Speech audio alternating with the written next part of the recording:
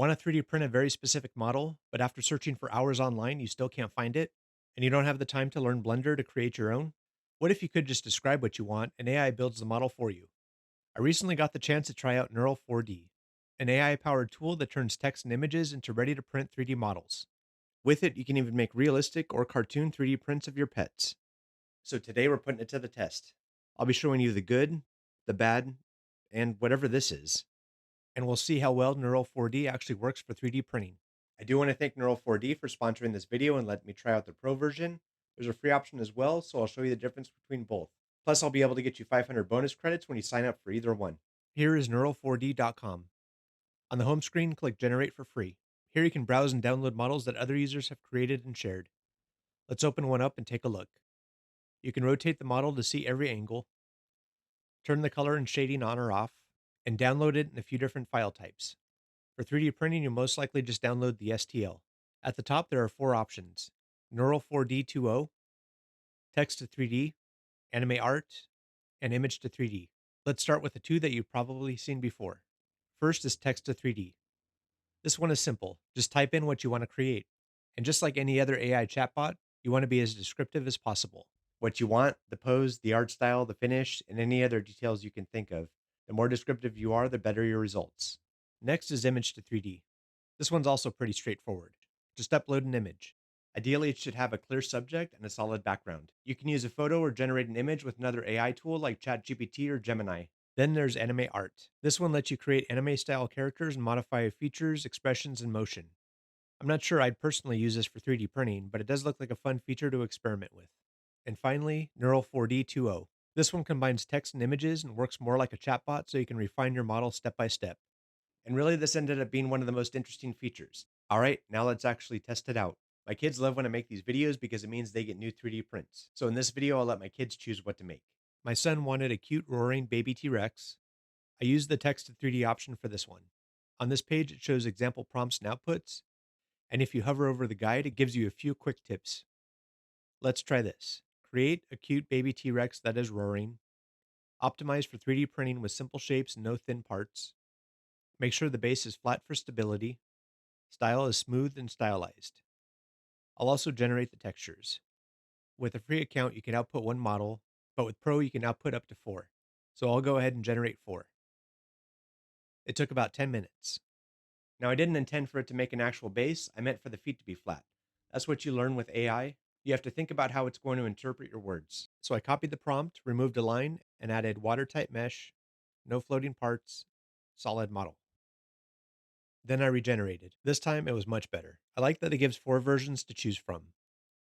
My son and I both agreed that this one was the best. Some of the coloring looked a bit strange, but for 3D printing, I mostly care about the structure.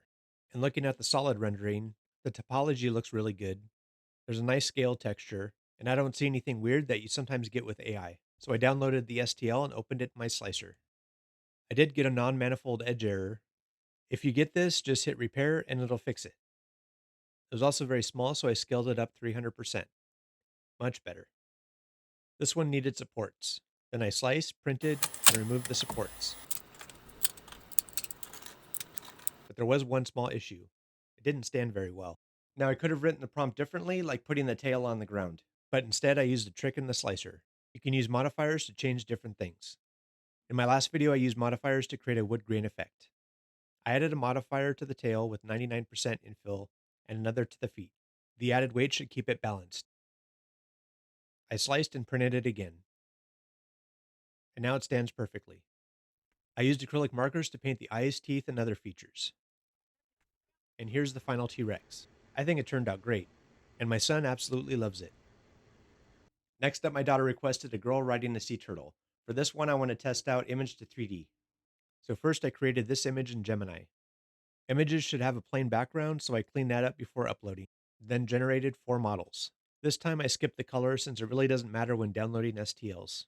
If you want to add color later, you could always generate that afterward. Like most AI, some areas did come out a little strange. Not exactly sure what's going on with this leg. My daughter liked this one the best. I downloaded the STL, added supports, sliced it, and printed. Here's the raw print. I added primer so my daughter can paint it. Here's the finished painted model. She loves painting 3D models. I think she did an amazing job. Now let's try real photos. For this one, I'm going to make a 3D model of myself. I used this picture and generated it with texture. And I really wish I recorded my reaction because this is what came out. What's going on with my eye? Turns out using a picture at an angle probably didn't help. But when I switched to solid view, it actually looked much better. There's also an option to upload multiple angles, so I tried that. Front, back, left, and right. You can even add top and bottom views. I generated 4 models, and these turned out much better. So if you want accurate results, multiple angles definitely helps. Now for the last test, Neural4D 2.0. This one works like a chatbot and lets you refine the model step by step. So I'll use this to make cartoon versions of my 2 dogs. First is Oreo. Cute and cartoon like, optimized for 3D printing, no floating parts, no thin parts, and then generate. I love how she turned out, but the tail was a bit short. Here's where this feature really stands out.